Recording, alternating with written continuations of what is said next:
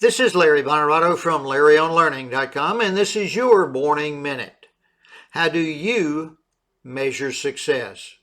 The room became very quiet after the speaker was introduced. The district attorney began to share his accomplishments since his election 3 years ago. He began addressing the reorganization of his department. His staff had increased by 45%, the budget increased by 60%, and he'd added 3 new services to encourage community involvement. These were the improvements he shared before taking questions. Then questions were asked about the increasing crime rate, the backlog of old cases, and the ratio of cases settled to those taken to trial. There were additional questions about convictions versus losses and why his increased staff and budget had not produced more positive results. This interaction highlights the mistake of addressing the wrong items to measure success. The DA measured success based on increasing staff, budget, and services. The voters measured his success based on convictions, crime rate, and case backlog. He lost the next election.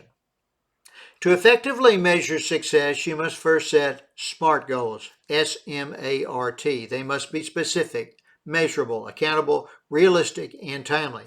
For instance, you set a goal to increase sales in 2024.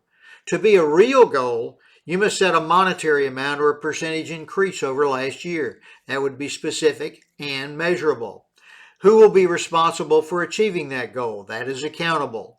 Is the goal achievable? That's realistic. And when will the goal be accomplished? That's timely, smart. Goals must be in alignment with what your audience requires. The DA's goals did not align with what the voters expected, so he was voted out. Additionally, are your people being paid based on your goals?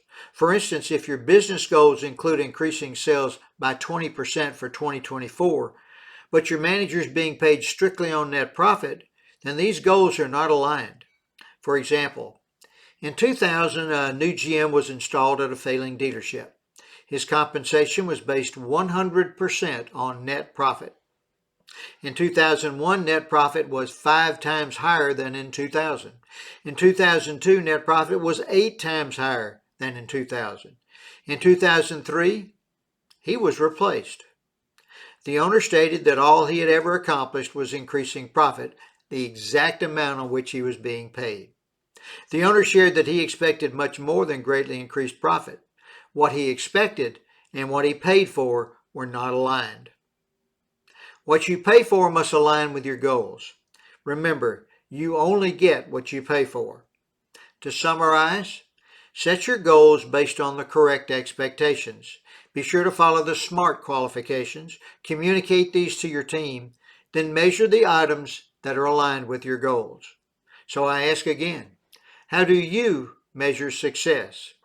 And that is today's Morning Minute.